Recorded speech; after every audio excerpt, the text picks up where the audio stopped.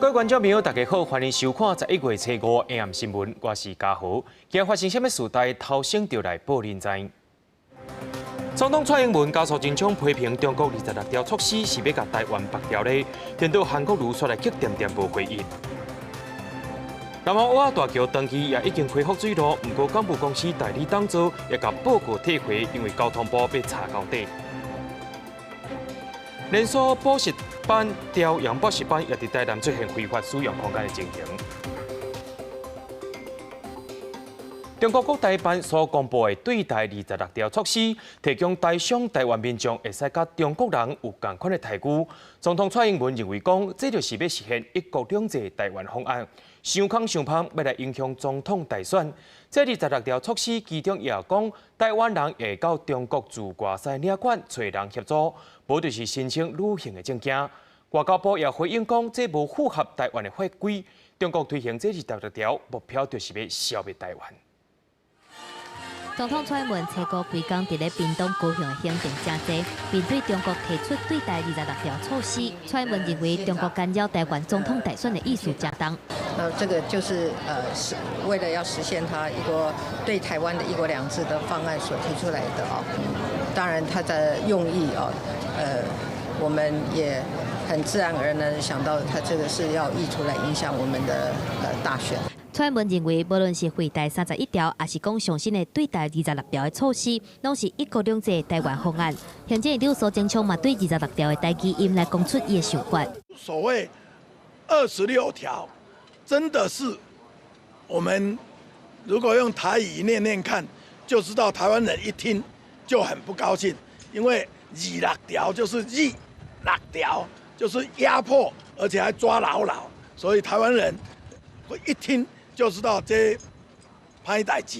苏贞昌强调讲，唔通去互中国外口包甜甜的毒药骗去。对台26条措施，像讲海外领事业务方面，嘛开放台湾民众会当向中国驻外使领馆要求领事保护甲协助，甚至是申请旅行的文件。外交部回应讲，中华民国的护照加较好用，而且民众若是申请中国护照，会违反台湾的法规。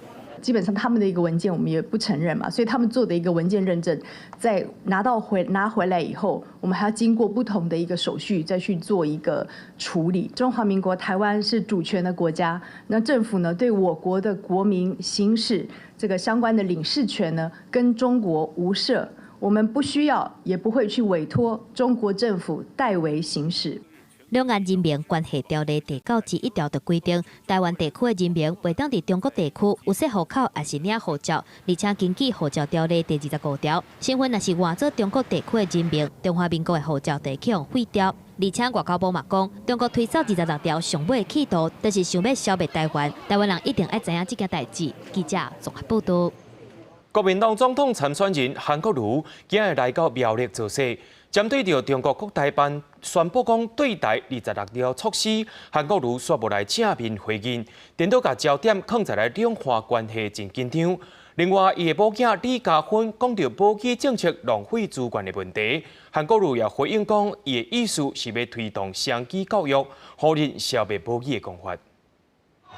到苗栗行透透，国民党总统参选人韩国瑜两位拿下立委参选人以及前后镇县长徛挥牌，营造大团结气势。规天伫苗栗争取客家乡亲支持，地方大佬也出面消停，对中国国台办提出对台26条措施，伊无正面回应，佫将炮火对准蔡总统的两岸政策。两岸关系紧张得不得了。对外交关系，我们是寸步难行。我们整个西南向这2、3年，除了撒了大笔的钱之外，一事无成。我们的内部纷扰无比，我们的经济这么的萧条，民进党是用阿拉伯数字来骗。韩国瑜认为，今麦台湾出现这问题也行不出去，佮呼应最近提出的学台政绩，认为应该加强培养人才，下步到公馆参加起饼加工产业。外界讲到李嘉芬的武器政策政绩，伊批评民进党把握造谣。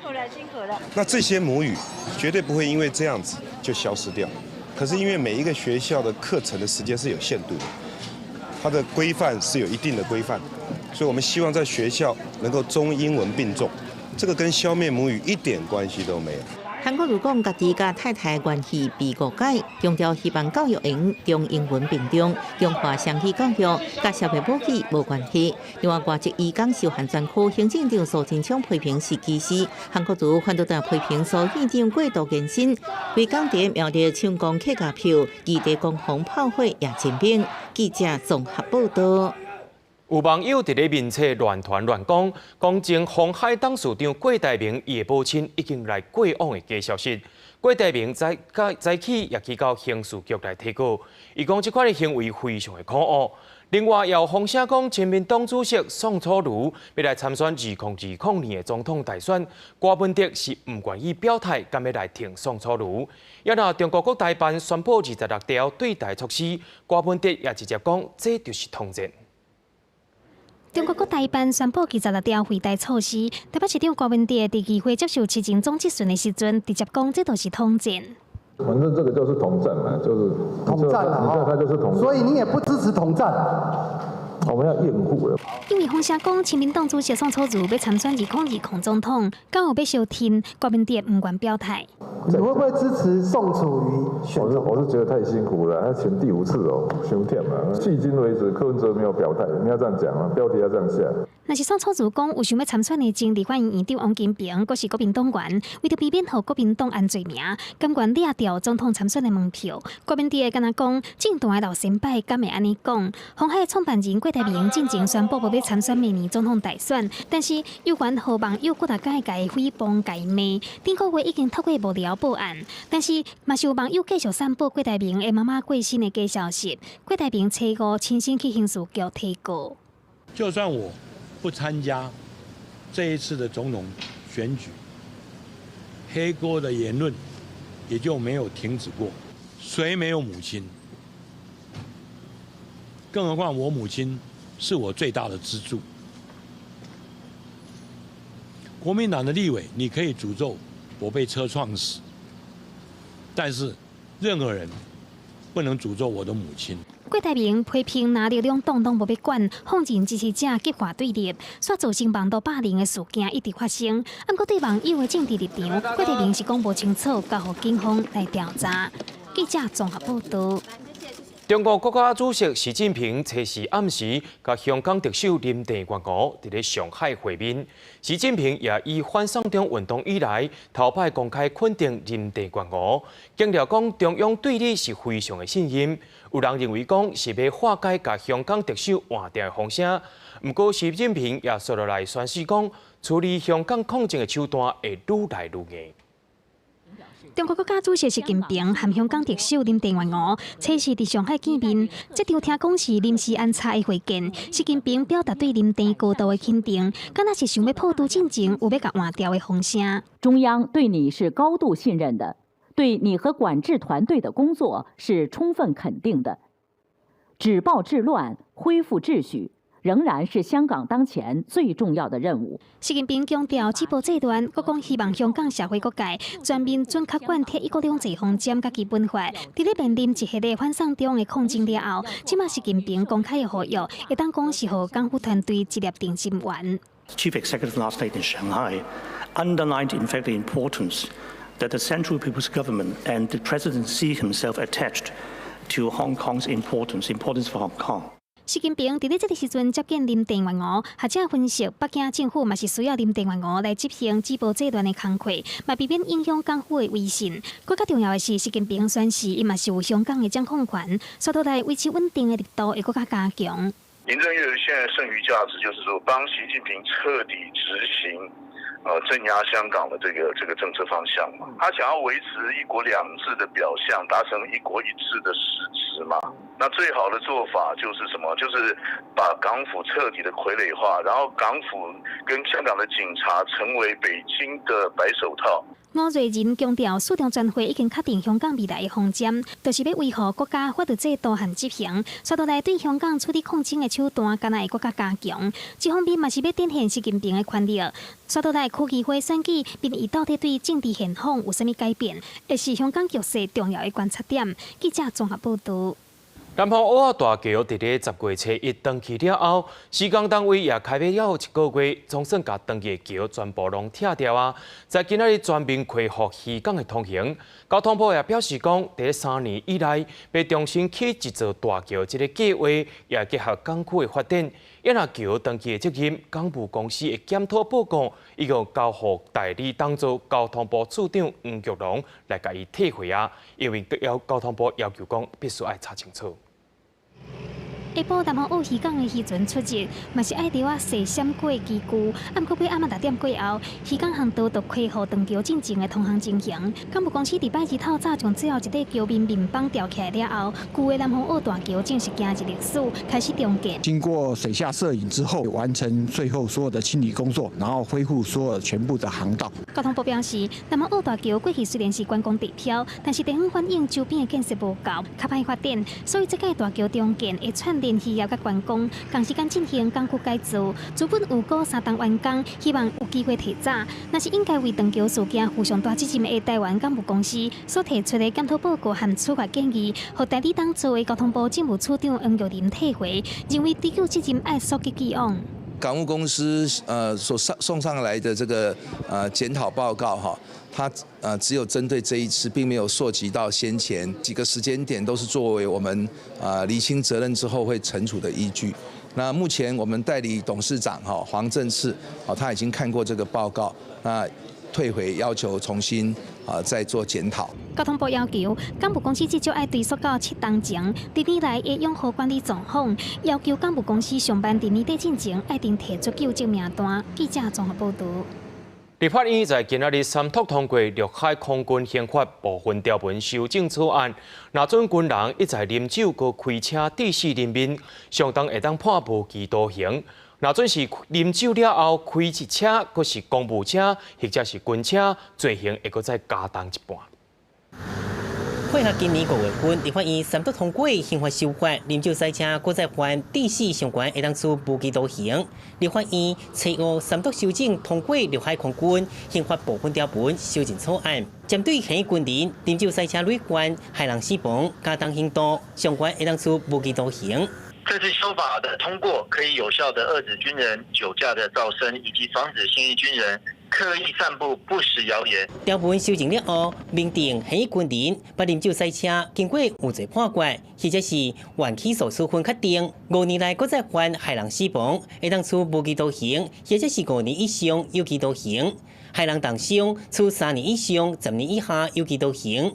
条文嘛增订，若是啉酒赛车驾驶的是公务车或者是军用动力交通工具，会当加重其刑1/2。为了阻止假新闻，现役军人若是广播甲电视、电子通讯、网络或者其他传播工具散播军事无正确消息，加重其刑1/2。那立委拢表示，啉酒赛车无法度啉酒太多，因为酒驾，真的是希望零容忍。所以这样的三读通过，我们表达这个同意，也支持之意。有关军人散播这个国防不实消息，比如说他说什么样的战车在台湾没办法用，或者是说哪一个军事基地有什么状况，那结果证实他是散布不实消息的话，这些都可以处罚的。李俊业讲，为了打击散播假消息，政府已经修正通过真济法案，陆海空军刑法修正案更是其中之一。未来该完成其他配套修法，希望会当阻止假新闻。记者综合报道。对着阮的镜头来看在地上大条，全台湾有18间分校的调养补习班，互检举讲台南的2间分校违规混大使用，甲楼梯搁锁起来，电梯也禁止外人使用，目的就是希望卖互查到。台南市议员也讲，补习班向家长推销也未上市的股票，要求市政府爱进行联合的检查。电梯大告示警告，毋是4、5楼徛家袂当使用，到楼梯间通向4楼楼梯也被大警记，甚至锁起袂当过。台南市议员接到检举，有名调养补习班违规扩大经营，教室安全出现大问题。上课用到5楼，你就合法申请到5楼；你上课到3楼就合法申请到3楼。但是呢，你申请不到其他的空间，用那种反锁的方式，那造成危害怎么办？而且这个补教的教室还要防火建材，我们相关单位根本不了解，那万一有一天出事的时候，责任谁要负？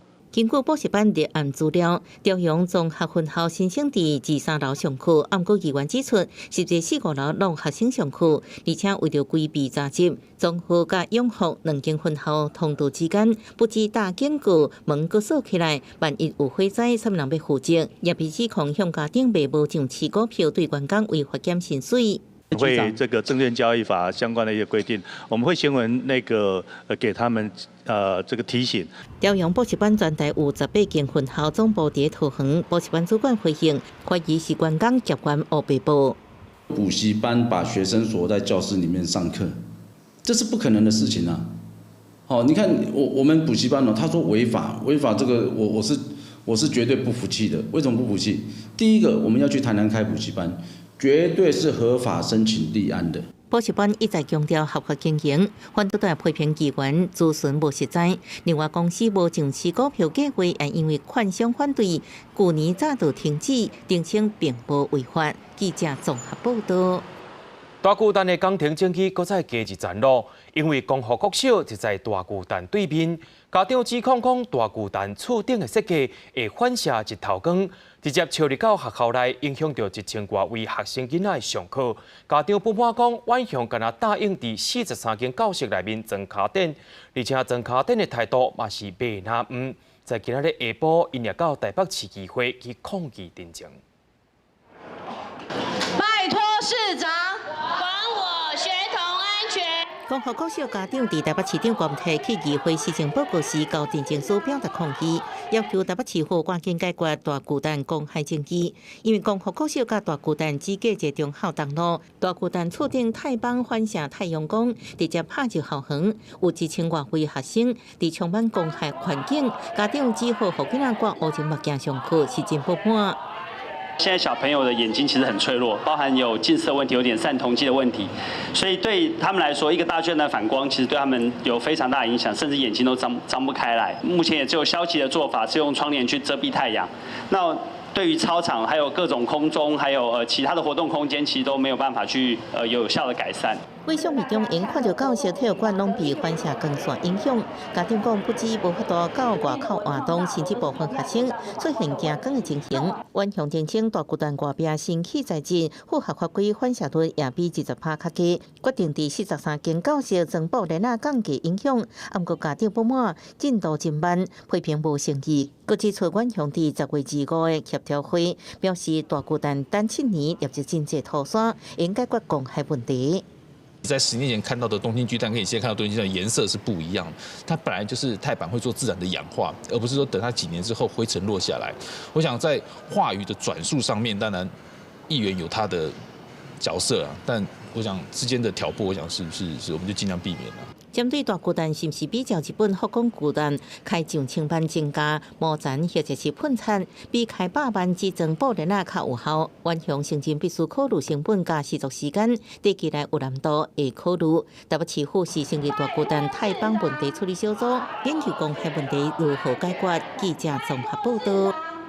目前这个季节拄啊好是诺罗病毒当咧发作的时阵，疾管署表示讲，最近国人因为腹肚伫咧闹的人，甲关注通报的人数比去年同时间侪真多，其中拢是以诺罗病毒关注感染为主。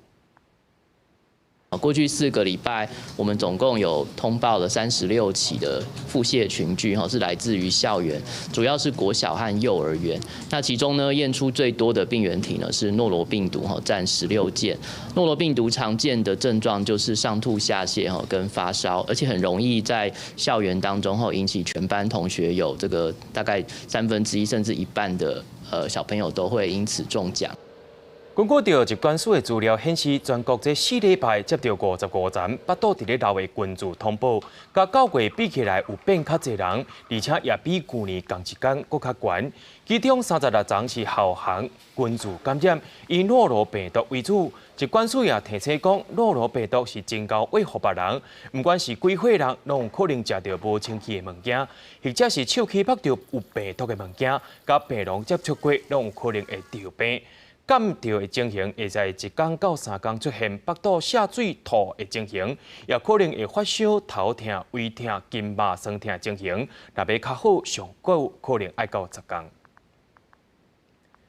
伫咧高雄拄20月2日才解除天狗日的疫情，想袂到无到2礼拜，伫咧昨昏佫发生一个本土天狗日，是一位住在凤山60多岁查某的妇人人，卫生单位也针对这个个案活动区域进行除药啊。今年可能是暖冬，佫再加上东南亚天狗日的疫情是真歹控制，也请民众着爱细致。防疫人员来处理检查探病源，而且除药啊防治，每一个所在拢真注意，因为高雄市佫确诊一个本土性天狗热的病例，个案是住伫咧凤山区60多岁查某人，20月2日疫情警报解除无到2礼拜，嘛叫外界质疑是防疫破功。防疫工作来讲的话，可能专有名词没有破功这2个字啦。那对我们防疫的人员来讲，大概只有没有疫情，面对疫情要怎么样去处理。然后在处理的过程里面，相关的措施要如何去落实？卫生局表示，防疫工作无破功的问题，敢若有防疫工作敢有做好。今年对高雄来讲，确实是较困难的一冬，因为10月份甲去年比起来，雨露较侪，温度嘛较悬，寒天较烧热，互探病房的活动力也是佫真悬。佫加上东南亚天狗热的疫情变悬，若是经过线入来个案进入社区了后，就有可能会变做本土疫情。再起嘛，伫凤山一块空地找到水池，会处罚地主3000至1万5的罚金。今年改用那个气罐式的，连的全部都是，然后他们就说啊，那2家呢啊，什么回拢都给我们撕掉。面对除药啊等等的天狗热防治，民众大部分拢愿意配合，啊，毋过嘛有人因为毋知影流程，所以就用贴布甲加固规个封条咧。防疫人员佫来甲伊全部拆掉，无采大家的时间。建议要通知除药的时阵，爱顺续讲到除药的流程，啊，佫爱注意的代志，减少上好的困扰。记者综合报道。南回公路台东安朔到屏东草埔磅坑这站伫咧做工程，打算在年底会当通车，会当减少30分钟的路程。不过公路局也评估讲，通车初期安全性，目前规划第1阶段加当货车去走，为了要顾安全，也先限制重型机车袂送距离。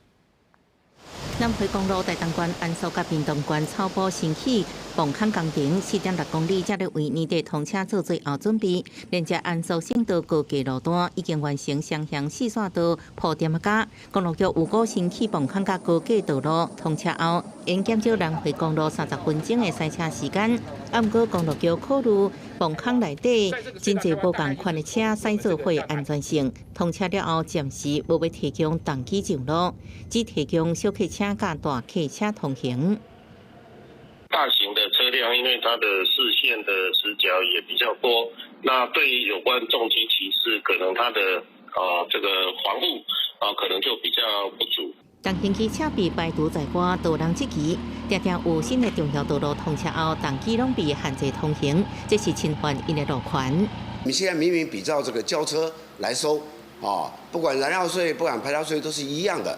那当然，我们有权要求说，那我要跟轿车一样啊。什么时阵才应予重型机车行草埔磅坑？公路局表示，初期必须先观测实际车流稳定性甲交通事故发生的类型，这状况可能需要3个月甚至更较长的时间。但相关安全性评估了后，会考虑重型机车纳入第2阶段开放通行。记者综合报道。国际上要紧，咱做伙来看福真。美国总统大选会在明年11月初3进行投票，现任总统 Trump 也想要拼连任，不过煞有乌克兰案件甲伊缠身，也当咧放弹劾调查。民主党也希望有一个较出脚的，会当伫初选的时阵拍出万定位。美国2020的大选，初3正式进入倒达1年的时间，总统川普已经决心要来拼连任。啊，不过最近说甲乌克兰门的争议有牵连，联邦众议院已经通过对川普启动弹劾调查的决议案。上新公布的证书内容表示，5月份向去换掉的，将美国驻乌克兰大使尤凡诺维奇向调查委员讲，家己受到保守派媒体还有川普新北的攻击。嘛，原来知影川普想要甲伊逼退，啊，不过随去互川普来否认。I really don't know her. But if you look at the transcripts, the president of Ukraine was not a fan of hers either. I mean, he did not exactly say glowing things. I'm sure she's a very fine woman. I just don't know much about her. 为这打讲说，川普各一届因为家己甲乌克兰门的事件有牵连来画冤枉，而且要求甲个别的人公布出来。So once I released that call, I released a very detailed version of that call. All of a sudden, the whistleblower's report was incorrect. and the whistleblower seems to have disappeared. 川普来肯塔基州替现任的州长拜文来竞选造势时阵，共党的参议员保罗佮指控因的对手民主党的拜登伫脚脚来操控。川普伫边仔点头表示同意。The whistleblower needs to come before Congress as a material witness because he worked for Joe Biden at the same time Hunter Biden was getting money from corrupt oligarchs. I say tonight to the media, do your job and print his name. 甲川普大家拢伫咧媒体头前电风扇比起来，民主党伫咧大选的这个期间看起来就无遐尔抢赢。时间敢若剩365天，嘛互部分民主党的人愈来愈烦恼，到底什么人会当赢到党内初选，打败共和党摕到胜选？记者综合报道。英国在10月底发生39人伫咧冷冻柜放冻尸的案件，想袂到希腊警方伫咧测试，也发现一台载着41名非法移民的冷冻货柜车，好佳在无甲冷冻系统拍开，虽然无人死亡，却有8个人出现讲喘气真困难的症头。警方也认为讲这41个人应该是对阿富汗来的。警方拍开货柜车的后斗，一阵偷渡客伫内面，全部是男性。希腊警方测试伫希腊北部城市克桑斯执行路检的时，查到这台冷冻货柜车内面载41个人。好在这货柜车的冷冻系统无运转启动，所以无再次传出甲人关死的悲剧。但是有8个人出现喘气困难的症状，已经互人送去病院治疗。警方嘛逮捕来自乔治亚的司机，初步检判，这个偷渡客敢若是来自阿富汗。警方认为货柜车是对土耳其入境希腊。对查背后涉案的集团，希腊自2015年开始变成中东非法移民入欧洲各国的管道。希腊政府嘛得到欧盟24亿美金的协助，将差不多35000名的非法移民安搭伫爱琴海海峡岛屿的难民营。但是难民营根本无法度容纳遮侪人，所造成难民营伤客烧、环境垃圾，佮不断传出暴力和放火的事件。Απλοποιεί και συντομεύει τη χορήγηση ασύλου στους αληθινούς πρόσφυγες, δίνοντας προτεραιότητα στα παιδιά και στις οικογένειες, στις οποίες μάλιστα παρέχει αμέσως πρόσβαση σε υγεία και σε εκπαίδευση. 根据联合国难民署的统计，希腊全国目前有超过96500位非法移民。希腊国会顶礼拜通过新修订的移民法，计划要伫咧今年底进前，将岛上的部分移民迁徙去希腊本土之外，嘛要将无符合庇护资格的非法移民赶赶出境。10月23，英国发生震惊全球的冷冻货柜车39个尸体的命案，死者大部分是替中国假护照的越南偷渡客。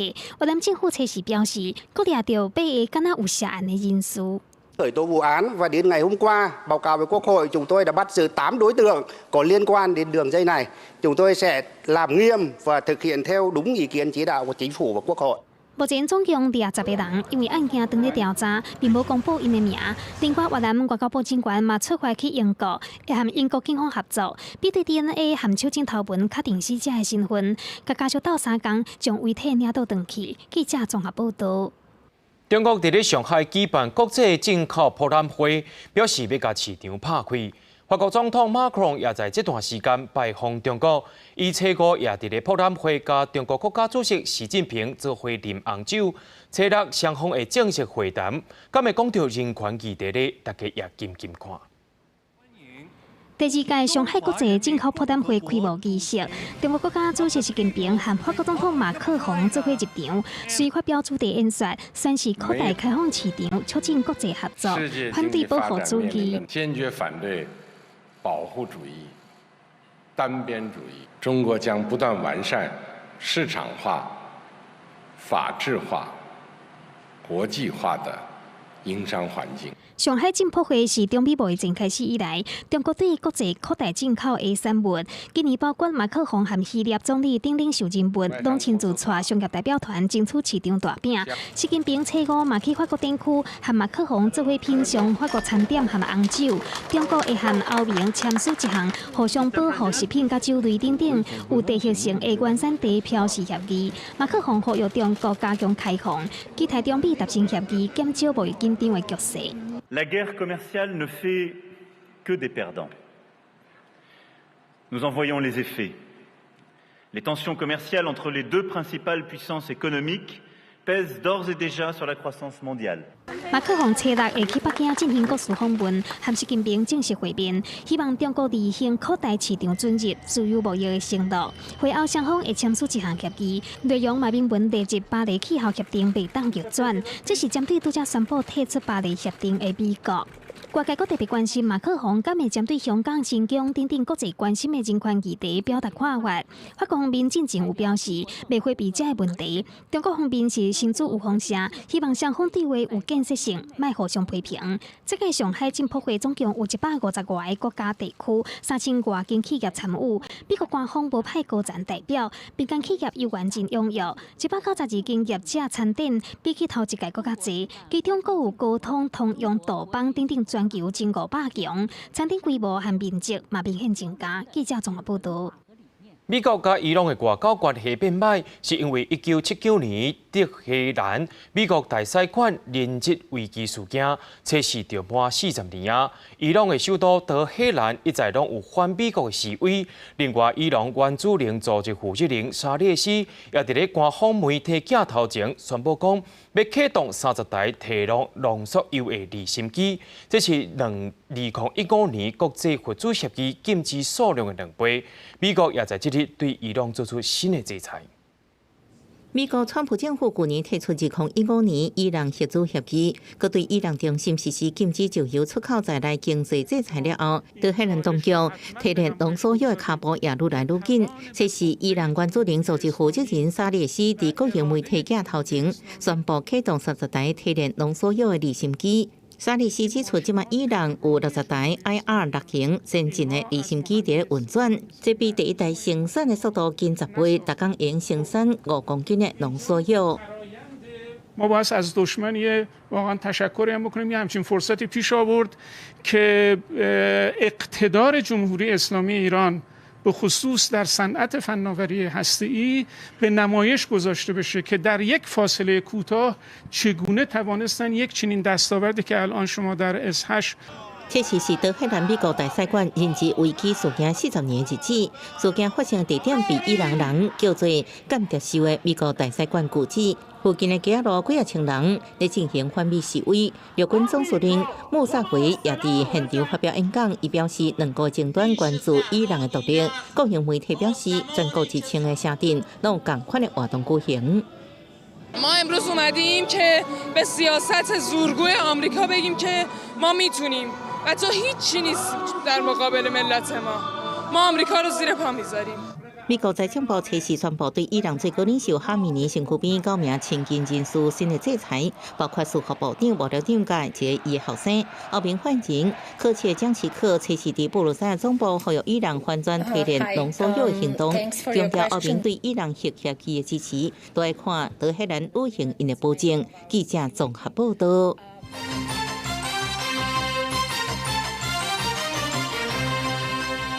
美军的军机阁飞过台湾海峡咯，国防部表示讲，在今仔日中昼有一台美国的飞行机飞伫咧台海中线东边，而且是由北向南飞。国防部也讲，对台海边啊各国的飞行机以及着军舰，拢有伫咧注意。美军的 MC-130飞行机是咱空军 C-130运输机改编出来的，也是战场的运输机，主要是用伫咧特种作战的使用。 美军也捌伫咧8月2到9月27派同款形体军机飞过咱台湾海峡。中国伫咧昨暗公布对台26条措施，其中对台湾企业甲民生的部分拢总有13条。学者认为讲，中国目前是对台湾的政策是你出你的牌，我出我的牌，而且是对蔡政府真硬，对民众真落软。而且中国也犹太要希望吸引到这的台商来到中国投资5G等等的行业。 希望甲中美博引前走起的台湾企业，拢总甲靠转来，目标就是要实行1国2制台湾方案。在去年对台31条了后，中国国台办阁来索对台26条措施，其中甲台湾企业还有人民民生的部分是各占一半。去互民进党政府指控是想要影响大选，毋过学者认为，中国对台已经是你出你的牌，我出我的牌，而且小连续抢走台湾的邦交国、军机射台等等，对民进党政府的态度是大增的，而且即届对台湾的民众来放利头，等于讲是直接锁定台湾的民众，要互民众有感觉，造成的影响嘛较大。任何人上台，他也是按照这个步伐来做嘛。跟台湾人民就直接来接触了。不管你政府的公权力是怎么样，他直接诉诸于台湾人民。这个朝野方面呢，政府跟老百姓呢，当然都必须要注意的啦。学者分析，北京就是要实现15条的精神，加速一国两制台湾方案的推送，尤其是台湾人会当伫中国大使馆来要求保护，或者是伫中国的大学教册也是读册，会当申请公费留学等等的措施。这个平等的待遇有要甲台湾来入去中国一部分的意义，嘛互长期注意两岸交流的学者感觉真超凡。大陆会一步一步再走下去的话，是把两岸关系国内化。最重要就是我们政府怎么样来因应。如果那一天突然发生了，我们怎么办？他如果说一下宣布，台湾的产品运到大陆都免税，我们政府能反对吗？要不跟人民的利益相冲突吗？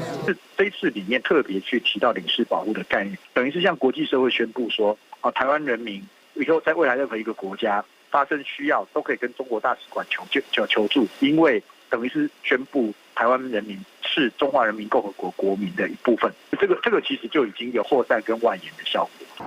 学者认为，中国针对台湾的农民、教育界等等的部分，想要甲因优化过。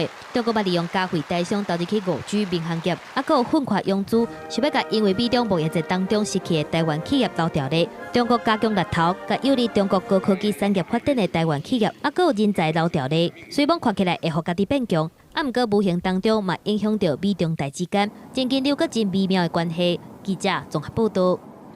行政院长苏贞昌伫咧顶礼拜有讲到，若判死刑就爱执行，也记真济个案引起外界关注。法务部敢会执行死刑呢？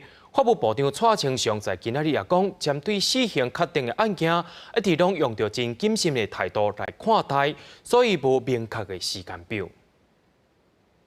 也不是纯粹只有法务部来做决定，也要看他非常上诉，还有再审还有大法官会议解释以及特赦各种状况，其他的机关他有他的职权，所以我们还是会依照每个案子它的状况如何，那很审慎的审查，所以没有一定的进度。蔡清祥强调，每一个案件内容无同，需要时间也无同。媒体也问到行政院长苏贞昌所讲的个案，法务部敢会有压力？蔡清祥也回应讲，所有的个案拢是遵照法律规定进度去审查的，袂因为特定的案件就特别去操作时间。伫咧11月初1，国民党总统参选人韩国瑜的太太李嘉芬去到台中替伊拼选战，说讲无去伫咧学校学根本是浪费资源。本土语言团体在今仔日也召开记者会，批评韩国瑜因翁仔某根本是伫咧破坏母语文化的普世价值，应该收回这款有歧视言论。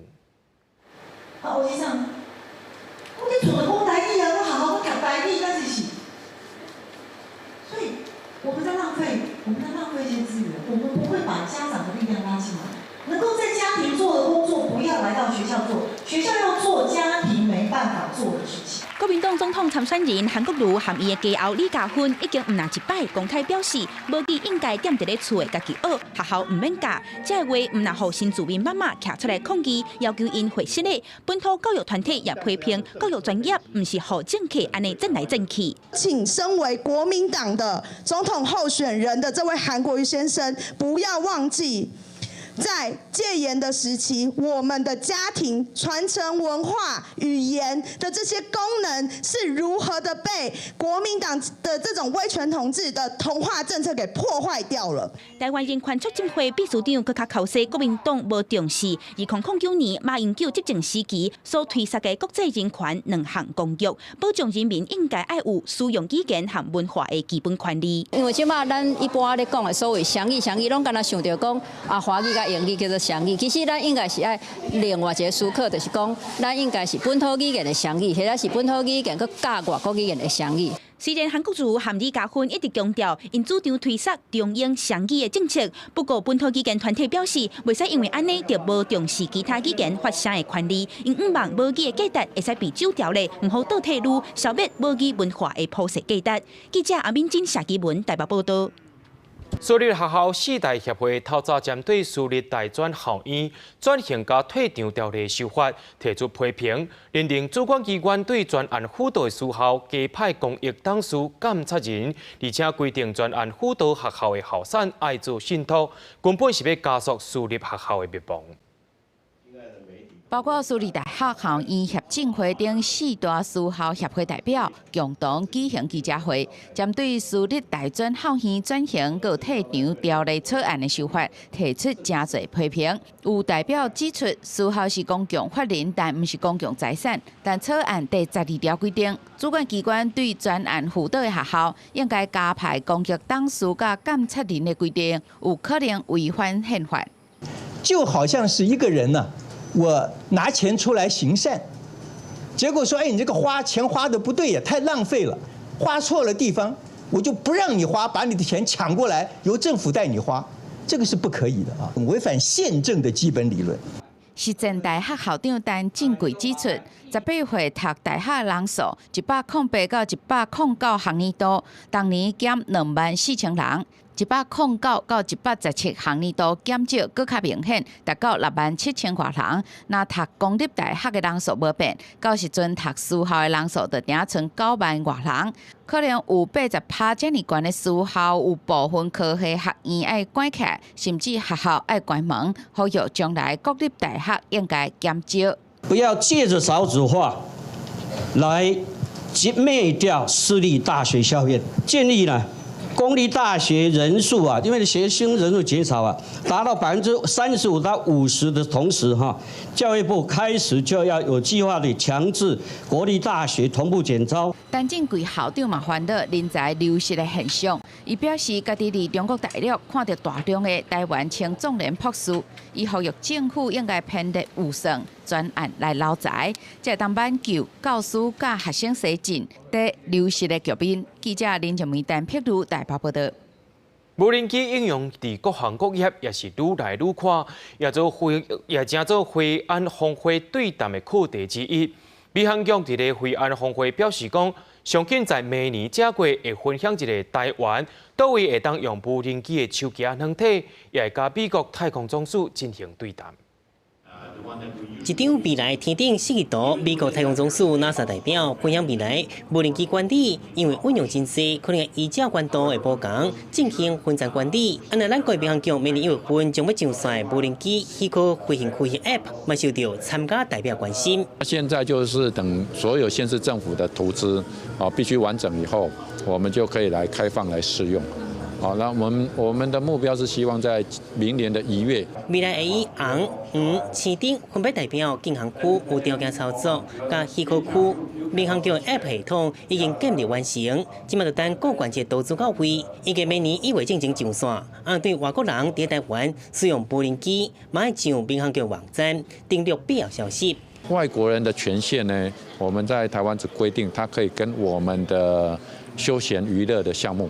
好，也就是说，它只能在白天400尺以下，不能飞越人行上空，然后必须在市区范围内，等等的限制。民航局表示，会伫官方网站有英文甲日文版本的宣导，若是外国人无遵守法规，处罚卖比较本国民众。记者综合报道。立法院在今日透早举行公听会，有律师表示讲，伊有亲身体验某一个外送平台外送员的工课。发现讲对服装到排班拢爱听业者指示，另外外送员之间也会互相检举。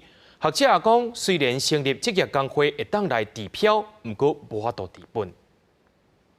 劳动部顶礼拜公布5间外送平台甲外送员有雇佣关系，毋过敢若采取个案性的认定。早起立法院阁来举办公听会，讨论要如何保障外送员的权益。有律师亲身体验某一间平台外送员了后，观察到业者对外送员指挥监督的代志是真确定的。平台对外送员宣称又说，你没有时间跑的时候可以不用跑，可是如果你有选时段的时候呢，你就必须要请假或者是提出换班。我自己去算是体验之后呢，我认为说这个人格冲突性的部分是相当的强烈啦。律师指出，有真侪保全工地学徒来监做外送员，要预防外送背带这个产业是无啥可能。不过政府应该想办法，防范业者要安怎把成本风险转予劳工，好叫爱有辅导外送员设立工会的方案。学者指出，地方甲中央政府确实拢有鼓励外送员加入去职业工会，虽望会当解决一寡问题，不过伊观察到有无符合本业的工会，嘛伫筹备甲招外送员的状况。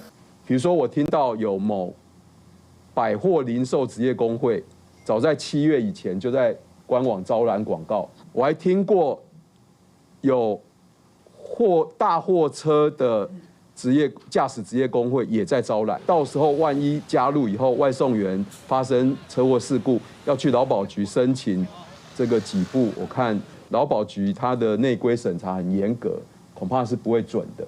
学者建议，各级政府宣传辅导外送员加入去工会的时阵，要先查清楚工会职业别。若是背带业者家己讲甲外送员跟他承担关系，外送员职业工会敢是真正有协商的资格？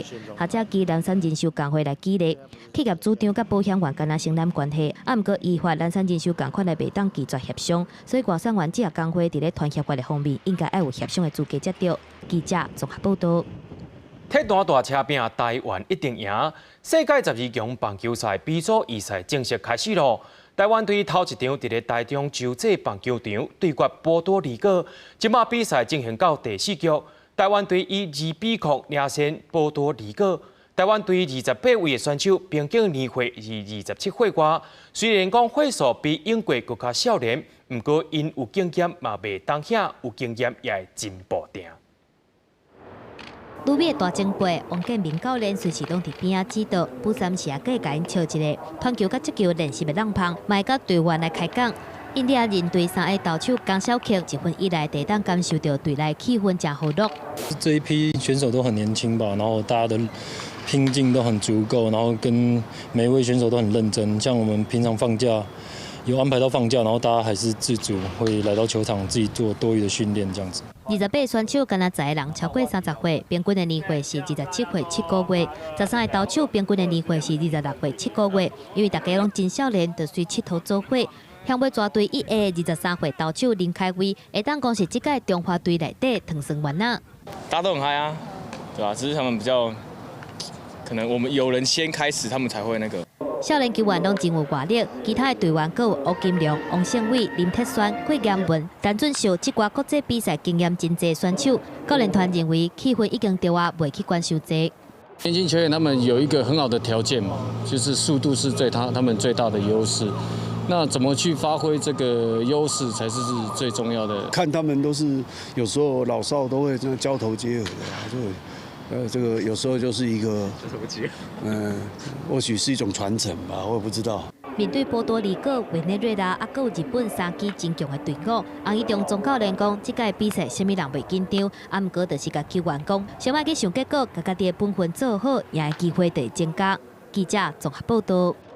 有不少经济弱势民众靠资源回收伫咧趁钱，为着要照顾这寡人，环保署推出资源回收关怀计划，用着较好的介绍去甲因收物件，甚至有环保局的人去到因厝里去甲因摕物件，互因一个月上悬会当趁到3000块。住伫桃园龙潭的地厂主，为着要照顾身心障碍的查某囝，惯日来拢靠扣字纸伫咧卫生。不过车祸受伤了后，煞造成伊只手揪起，行动不方便。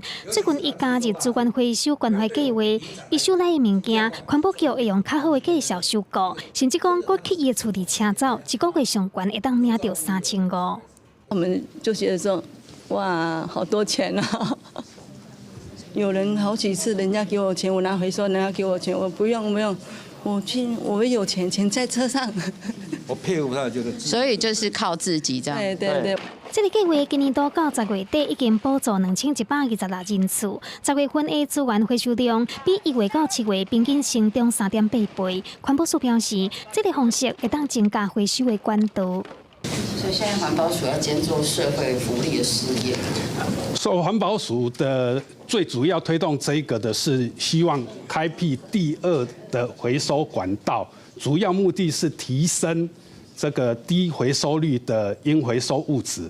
环保署表示，60多项公告应该回收的项目当中，有12项回收率较低。伫咧这项计划当中，电动等等废纸容器，环保署补助的单价是回收商收购价的12倍，回收率较无3成的键盘更加是30倍。透过高费率来向个体户加做一寡回收。记者综合报道。真需要中照的民众是愈来愈多，也因为真侪所在路头伤过远，照顾服务员无法度到位。有民间团体赞助中照洗浴行动车，协助即寡需要照顾的人，会当互因洗身躯，也会替因来整理厝内环境，互因感受到社会温暖。甲这行动式的浴桶搬入来浴间啊，服务员3个人一组，斗替适龄的长辈洗身躯。外口也有真侪志工到款厝内，甲长辈的厝并甲清气淡淡。这是南投县新生部关怀协会提供的到厝洗身躯的服务。因为我们是在地的单位，所以我们同仁就一起过来帮忙这个独居老人。志工出入入，无用气，其实要提供这服务真无简单，因为唔但需要体力，也阁需要真侪美感，才有法度互适龄的人感觉舒适。那对失能者来讲呢，如果他们没有洗澡的话，其实会影响到他们这个身心的这个发展，甚至呢他们这个情绪都影响很大。南投县落水溪乡的乡镇，其实伫咧山区，照护人员较无法度入来到遮。好加在有民间团体愿意用时间、费心做伙提供服务，或者适龄的人会使感受到更较侪关爱，也有陪伴，也毋望更较侪善心人士愿意出钱出力，互社会更较温暖。记者综合报道。新竹市这几年推测植物森林，在今年年底要重新开放的新竹市立动物园内面，有一座植物森林，内面有70万种的菜色，不过这些拢是要种互这些动物食的。开始喽！古锥的杨梅啊，当在食番薯叶啊。这款菜拢是园区的植物森林家己种的，这是全台湾第一座把植物森林的概念引进的动物园。园区内底种真侪菜色甲果子，未来当提供予园区内底的动物来食。6位黑肚绵羊，喂鱼、绵羊妹妹哦。吃得太饱。那这些是什么叶子？地瓜叶。动物在这边呢，它吃到的是在地真正在地种植的食物，所以这个意义呢，虽然。这个意义是教育意义大于量的意义。植物森林的概念主要是强调城市绿化，同时佫会当顾到食品安全，佫会当达到永续甲循环的目标。最有机养生的一个食材，最新鲜的食材，从动物园现采现摘现喂给动物，我相信这动物也都会非常开心。另外，伫动物园的植物森林内底，佫会当看到真侪模仿生物栖地设计，无用安稳土的做法，互土壤保持湿淡。嘛，互汤拖有会当大的所在，落实动物园尊重生命的环境教育理念。记者综合报道。今年是古宁头战争70周年，为着要纪念这场影响台湾的战争，金门国家公园和金门战地史迹学会特别举办一场找找古战场的活动。这个活动一路爱行3公里外，也沿路讲解了解历史的过程加和平的可贵。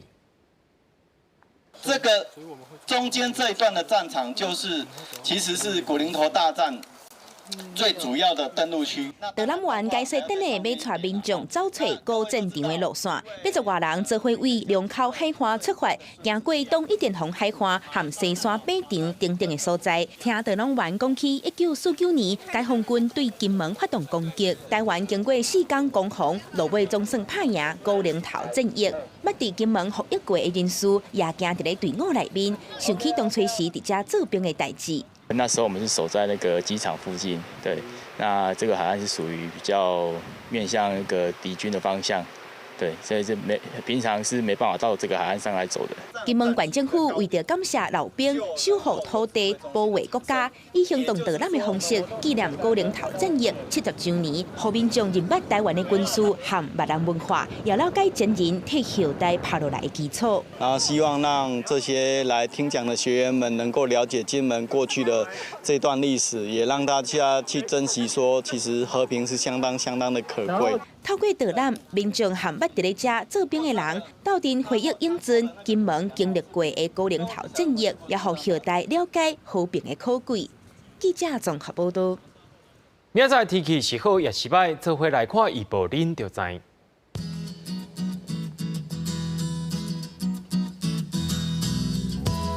北部地区为18度到27度，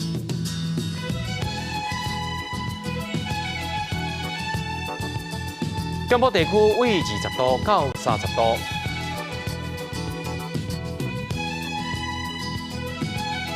南部地区为22度到31度，东部地区为19度到28度。咱来看外岛地区，为18度到26度。新闻的最后也带恁来到乌克兰看人跳舞，也感谢恁今日收看 AM 新闻，我是嘉豪，我在今日时间咱再会。